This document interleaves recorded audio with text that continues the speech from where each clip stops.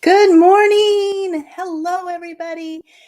Happy April 3rd. We are about to start our wonderful April Masterclass, and it is called um, How to Grow in Your Field. Let me go ahead and put the PowerPoint back up. I'm out of breath. I ran up the stairs. um, let me put the PowerPoint big and up, and we'll go through the different parts of it. I'm excited, you guys. I hope you are excited too. If you're here, make sure you're putting hashtag live or hashtag replay in there to let me know. I see Margaret is here. Good morning. Yes. Good morning, champions, for sure. All right. Love seeing your guys' interaction. So don't hold back. Put your comments in as we go, and I will try to address them as we're going through each of them. And let's see. What I'm looking for is not on my screen, so I'm going to jump here and get us going into our How to Grow in Your Field 3-a-day masterclass.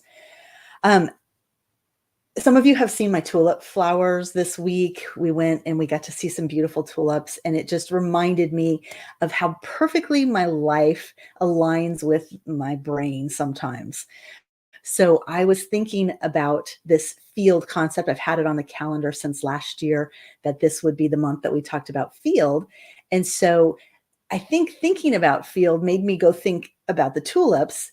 And then as I was putting together the materials for this, I was like, oh yeah, I totally have to use the picture from this summer when we went. Again, I just got a spark one day. We were in Iowa and we had missed the sunflowers in Oklahoma, but they were still growing in Iowa. And so we were at my mother-in-law's home, and I said, what if we went and saw some sunflowers? And my husband found us a place, and it was just this glorious. We got there at sunset, and you can't see in this picture, but it was just beautiful the way the sun was highlighting the sunflowers. And of course, it's this beautiful field. And so as we talk about field, which you're going to learn more about what that means and so on, I want you to be imagining, just like standing out in the field and see what that does for you, because this was a very exciting experience for me. I envisioned what it was going to be like, but when we got there, it was just miraculous. All right. Well, we're going to talk about what we're doing in our event today. And today's topic is planting your seeds of greatness. So we're going to start out with the theme of seed, and then we're going to go on day 2 into kind of the nourish and nature world of what do you do when you have a seed, right? You want to plant it, but you got to plant it in good soil. So you are good soil is our theme for day 2. And then on day 3, we're talking about that harvest, the natural, what you plant, what you reap is what you sow, right? The gathering of what we have done, the fruits of our labor. And that's a natural process. So we're calling it nature. So looking forward to that process. And I'm going to look at the comments here. Cassandra, I'm so glad you're here. Thank you. Thank you. And then Yvonne's with us as well. So you guys are awesome. So happy you're here. Let's keep going with the PowerPoint. And that is not supposed to be there. So that'll be the last slide that didn't get moved into the right place. What we do want to do, though, is talk about the outcome. And what I'm really hoping that this discussion, that especially today, we're going to talk about growing your field, but we want to align our field, our goals with the things in your life that have created a path for your unique offering. So the outcome of just the part today is really just getting clarity on what is a field, what is your field, and then how are you going to work with all the things that you have. You guys know I like to talk about greatness. So how are we going to take your greatness and package it up? And so we're going to talk about that today, and of course the next 2 days, and then the deep dive in our weekend workshop on Saturday. All right, so I have I'm going to define field for a second here. Field is either, we like to do the 7 F's in the ULA framework. And all of the key areas of life start with an F, and they have fitness, finance, family, and then field. So of course they needed an F, but I always like to think of, in fact, I went searching for the origin of when we started calling field work. And it has to do with the agricultural environment. And, of course, that's where we started with. But then, of course, we got in the industrial world and different things. But we still use the term field as our particular type of work. And I love to think of it as like the boundaries that we place around ourselves as to like, this is where we put our stake in the ground. And in ULA, we have this F, the field. We also have faith, friends, and fun, which make us real special, I think. But in the area of field, this can be your career, your job, sure. The thing you do maybe 8 hours a day, or it can be your business, the thing that you do or want to do. And maybe it's more than 8 hours a day, right? We all want the 4-hour work week, but the reality is business requires a lot of time and energy, especially in the beginning. So your field can be your business. And if you don't have a job yet or right now or a business right now, what you probably have is a passion. And this is what we spend our time on. What is it that you would do if you didn't have any of the requirements of the world, if you didn't have any responsibilities? How would you occupy your day? What work would you do that gratifies you? And that's like the gamut of field for me. Some of you know I have a job, so I work 8 hours a day. I have multiple businesses that I do around my work time, before and after work, which is what I'm doing here.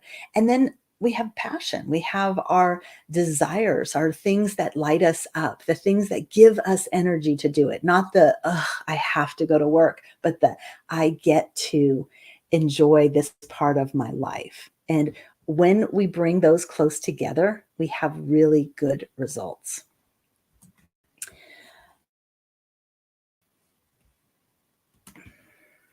So I have a question for you, and that is, where do you spend the most of your time, or where do you wish you spent the most of your time? If all things were erased and you woke up in the morning, what would you gravitate towards? What would not even feel like work to you? That, in my mind, is really the definition of field. In fact, I read a book that was absolutely fantastic.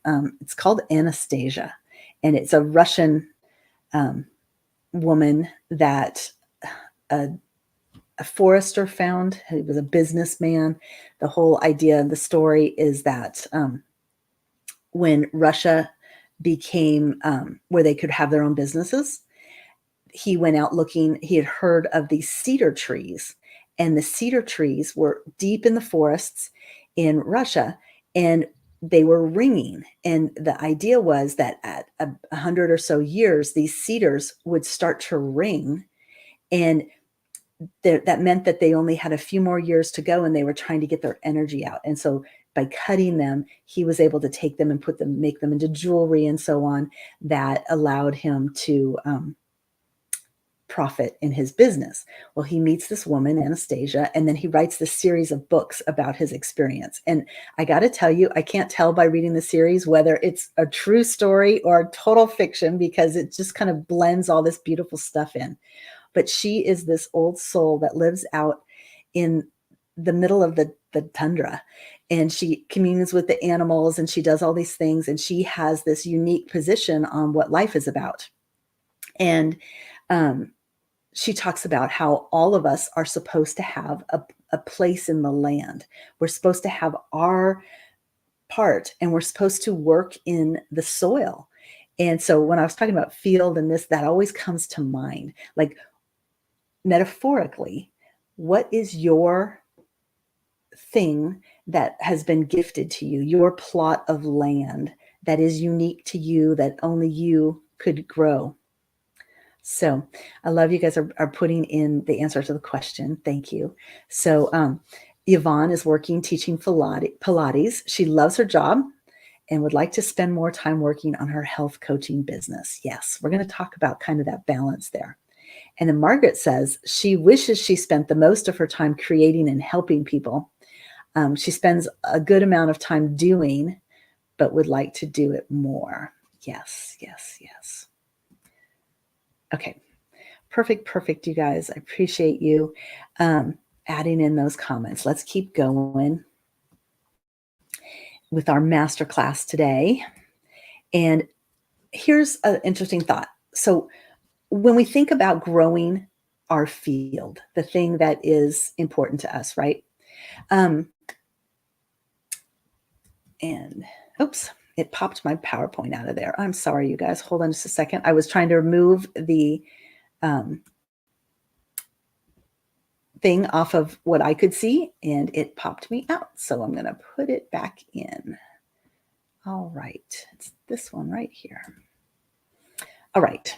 So what does growth mean to you? So if you were thinking about the field that you're in, does growth mean you get to make more money? Does growth mean you get to help more people? Is it that growing means you get to improve your skills? Is it that you're accomplishment driven, right? You want to reach a higher level? Like those sunflowers, right? They're striving to get as close to the sun as possible. They want to reach that higher level. Is it to be more important? There's nothing wrong with it, right? Like some of us, the influencers, the actors, and so on, they want to be more important. They want to be more influential. And then what about just satisfaction? Now, all of these probably are attractive, but if you're real honest with yourself, and I don't know why that number 11 is in there, ignore that. If you're really honest with yourself, where do you see the true meaning of growth to you? What would you assign it to on one of those things? And it might be that you're looking at it and you're like, oh, I think it's this, but I want this. Yeah, take note of that and really just kind of be like, okay, this is what I mean. Because until you're honest with yourself about what it is that you're trying to accomplish, you're not going to get the results you're looking for anyway. So let's be brutally honest, if you will, so that you can move forward. Okay, Margaret says all of them except 5. She doesn't want to become more important, except to herself. Interesting. Nice catch there. I like that. We've got help more people and make more money. Okay. And then 1, become more important. Yes. And here's the cool thing is we're all different. We all get to have our own answer to this. And it isn't a judgment. I really want you to know this is a safe space. So as you're saying this, it's okay that you want to become more important. It's okay if you don't want to become important. All of those are good things. So what we want to do is take the awareness around what we want in the growth and use that as we develop our goals, which is the section we're going to go into next. And I love, we have reach a higher level, not status, but more aware and constant growth. Yes. So Rhonda, thank you for sharing that. That's really great. Okay. Let's keep moving along here. So many of you know I talk about greatness all the time. Now, to me, greatness is in each of us. We are designed by God for greatness and a purpose. And within each of us, there is this unique set of talents and skills and abilities that kind of create the fingerprint of who we are. And so that is my label of greatness. But as we look at our field and apply the filter of greatness on it, one of the things we can do is take this Venn diagram and we can look at things like our talents. Okay. So talents naturally come to us in most cases. They're things that you don't even really think about that are so innate to you, but you get comments on them a lot. Like someone will say, oh, wow, like you're such a great idea person. I get that one a lot. Or maybe you just have a knack at organizing, and everybody around you is always like, oh, you do that so well, or you're a decorator, or you make jewelry. There's a talent that is like gifts that were given to us at birth. And I mean, we see it with our athletes, right? Or our movie stars, or our singers. There are things that are just, they're in us. And if we recognize them, if we can capitalize on that, we need to be aware of that as well. And then on the bottom, we have our skills. So I want you to be jotting in your notebook here, kind of be thinking about your talents, now be thinking about your skills. And skills are the areas where we're trained in, meaning that we all can develop skills. We can take a class and learn that information. We can apply that information. Our level of education, our willingness to apply what we're learning, to take a level of something and push ourselves to the next. So we will all have certain skills that relate to us. And so the main thing is that we learn out of there. And then we have our desires, or even our passions. And these are the things that we're drawn to naturally, that we want to, I have a friend, Jennifer, bless her heart. She loves animals. She loves animals so much. It's just a part of her. Like, you can't have Jennifer without a conversation about an animal or an insight about an animal. And she's so funny because in the years that I've known her, I met her when my youngest was born. So 24 years of us together. The number of times she's had to call and tell me that she got in trouble because she picked up a stray on the street, or noticed an animal and took it in, that turns out that she was just like overly reactive to the animal situation, and they actually had an owner and she had to go give the animal back. She thought they were homeless, but they weren't. That is like a desire she had in her heart, or a passion, or a love. And so when you can analyze these different parts of yourself, right? The talents, the skills, and the things that just light you up, you will find that makes the fabric of you. And so jot down a few of your skills, a few of your talents, a few of your desires.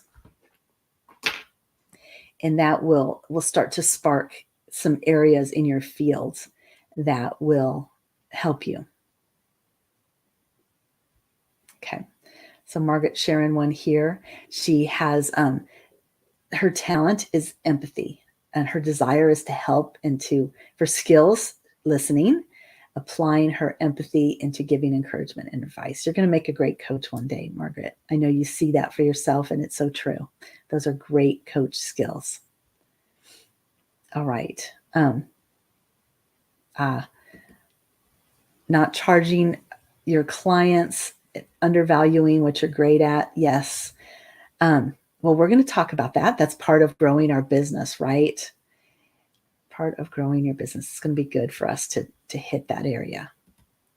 And then health coaching is a talent. Yes, not everybody has that. That's why we have an obesity problem in the United States right now, right? We don't know the answers. We don't know how our bodies actually work, or we've never spent the time actually thinking about them.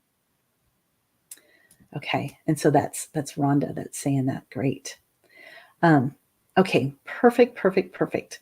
Let's keep going, because what I have found is what is going to be the best place for your field is when you can meet the intersection, the center of those three things. And that's what we like to call your sweet spot, the middle of the Venn diagram. So when you can write down all of your things, so like for me, for my talents, I'm naturally calm. People tell me that all the time. They like, the peacefulness that I bring. And it, honestly, I don't know how that happens, but a lot of times people will talk about the sound of my voice, the way that I am in real person situations. I don't react to emergencies. I'm a calming influence. So that is a natural talent. I've always been ultra caring, wanting to give to people, do things for people. I naturally have been able to present. I don't mind being up in front of a classroom or a auditorium. Those things I just have been ingrained in me from a young age. It could be considered a skill, but it's more of a natural ability to talk in front of people. Um, I'm good at breaking things down into steps. And those are things that maybe I didn't necessarily agree with or believe in, but other people say it so much that I'm like, okay, yeah, I see it. Talents. I'm sorry, skills. I was trained to be a teacher, a technology trainer. I was a corporate trainer for years and years. I've had to jump into technology. I've had to, do things like learn spreadsheets and how to deal with money and different things in the careers that I've had. So those are all sets of talents. And I'm really good at test taking, um, certification levels, and those certain things. I can get through that material very quickly. And then my passions, helping people, learning, and things as silly as the color purple, right? But that sweet spot was bringing that all together. And I found that coaching was this perfect place where I can take my skills, take those natural talents, put myself out there, and be able to help others, still keep learning, be able to present myself. And the silliness about purple, it becomes part of my brand, right? If I hadn't had that to kind of lean on, I would have just been like all over the place, which I tend to be. But that's an example of bringing in the sweet spot, which in my case is that topic of greatness as well. Like seeing it in myself, I see it in other people. And then the next part of that is, and this is really important in our topic of how to grow in your field, is that the intersections of each of those things are huge opportunities for you, especially in the area of making money. So, what you want to do is kind of figure out where your talents and your skills interact. That's probably an opportunity for making some income. And so, like, for instance, my talents and skills, I combined those into the Facebook Lives. So that gives me exposure and ability to, kind of have that tech skill so that I know how to go live on Facebook and I'm not freaked out by it and all that stuff happens. When we look at the skills and the passions, I was able to take my course creating ability and put that together. And then in the area of I'm trying to look at my thing here, the talents and the talents and the desires, I can do my community like that brings that together. And then in the middle for me was coaching, all of those things, bringing it together, all that knowledge. So I want you guys to be thinking about how your things work together for good, if you will. All right. I'm loving your guys' things that you're putting on here. This is so good. Thank you for sharing. Thank you for sharing. And it's good for you because I want you to be thinking about these things as we go into this month and think about how you can make your goals for the month of April. Some of you did our 90-day benchmark class, are planning for the months of April, May, and June. So you already maybe have some goals for the month of April, but now you can add in either an additional layer or expand on the goals specific to your field. So what I want you to think about is how can you expand on what you already do, what you already know, and what you already love. Okay. So as we create our goals for April, be thinking about that expansion, and you will find so much more growth when you are working in your area of greatness than if you are doing what society told you to do or just focusing on one of those circles, right? If you're just doing your skills, it's not satisfying. If you're just doing what you're talented at, but there's no passion behind it, like you may sing great, but you don't like to get in front of people, so not going to happen. Or if you're just following your passion and there's no organization behind it, and there's no talents or skills involved, then you're not going to grow. But when you can get that center spot, when you can find the ancillary intersections and really develop those to the fullest, it's kind of like that flower starting to bloom, right? But that's later in the week. So let's keep going. And now if I can get to turn the page here. You gotta love the tech that I'm telling you guys to love, because it has dropped my ability to see. There we go. Okay. So some of you know that in the last few months in masterclasses, we have been using a little tool that I'm calling a Fingo board. Think bingo, but with a purpose. And so the Fingo board, I discussed it in the first 2 levels in a video that I posted earlier in the week, I guess yesterday. And it's talking about, kind of like you can make one of the bingo lines by coming to these events, by checking in in our 3rd week of this month, and by reporting how you did at the end of the month. That's as simple as, like, if you just want to do a level 1 in the month of April in our community, that's great. If you want to go to level 2, you can sign up for VIP, have access to the question and answers that are going on. I'll tell you more about that soon too. Come to the deep dive on the weekend, participate in office hours, get a one-on-one with me to really figure out what you need to do. That's a level 2. But let's look at level 3 for this month. And that is to be intentional with the goals that you're setting. So you want to write them down. Always get the best bang for your buck if you're writing down your goals. Committing to them. We have the 4 levels of commitment class. And if you want access to that, you can put in #4levels. And really, not just trying something, but saying, yes, this is what I'm going to do. And then working your plan around that. Posting your goals up so that people know, whether it's in your house, in your bathroom mirror, or in your car where you see it all the time, or on your phone and an alarm. Making sure that it's out there, that you are putting your stake in the ground for what it is you're wanting to do. And then making sure you take action on the goals. You have a plan, you have steps, you're intentionally crossing off your list.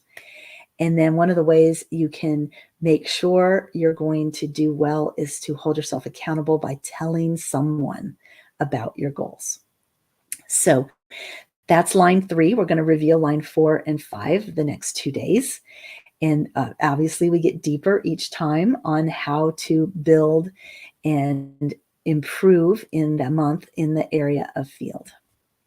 So we do have a homework assignment tonight, and that is we're going to have you journal on what we talked about today. Maybe draw your 3 circles and what your talents, skills, and your passion or desires are. And then I want you to think about, if everything that you wanted to do was a seed and you were going to plant them in your garden of life, what are you wanting to plant this month? What are you going to germinate and see if it grows? And then we don't plant a seed without thinking about what's the seeds for, right? So like if you got a packet of unidentified seeds and you just put them in the ground, yeah, you might get something out of it, but it'd be kind of confusing, and maybe one would choke out the other, and it wouldn't be maybe the best garden experience. But if you decided you were going to plot out a little area over here for strawberries, and a little area over here for zucchini, and an area over here for watermelons, you would systematically pull those and put them in the place where the sun's right, where there's enough room for it to grow. So think about the seeds you're going to plant this month. And we're going to have a post up that asks you what seeds you're going to plant. And I believe we skipped one of our posts, which is really interesting because I expected there to be another one up there. But that's okay. I'm going to just take us into back where we are, and we'll just deal without it. I apologize for not having the one post, but we are going to have a post in the community for you to share what your seeds of greatness are. That will be your goals in this area this month. So, and then the agenda, the what's next, is the VIP is tonight. We have a Q&A at 7:30 p.m. Central Time. So you'll need to do a conversion on there. If you put your time zone in below, we will help you if you need that. And then tomorrow is day 2, and we also have a Q&A that evening. And then on Friday, we finish up with day 3, and we'll go into the weekend workshop on Saturday. Yes, Margaret, it's the one that was in the wrong place earlier. It should have been right now, and since it isn't here, we won't go there. But there was another one that's missing too, so I'm not sure what happened. Maybe I double-clicked on something and it leapt ahead. So gotta love technology. I love technology, and technology loves me, for all my Tony fans out there. Okay, so hoping to see you guys tomorrow. I hope this was good. Don't forget to put your insights into the comments to let me know what was inspirational to you during this live. And we will see you guys tomorrow. Or if you're in the VIP, put hashtag VIP if you want access to it. And then we'll get you in there. And tonight we can have more of a Zoom type situation where you can ask me questions that way. All right, you guys are awesome. Thank you so much, and we will see you tomorrow.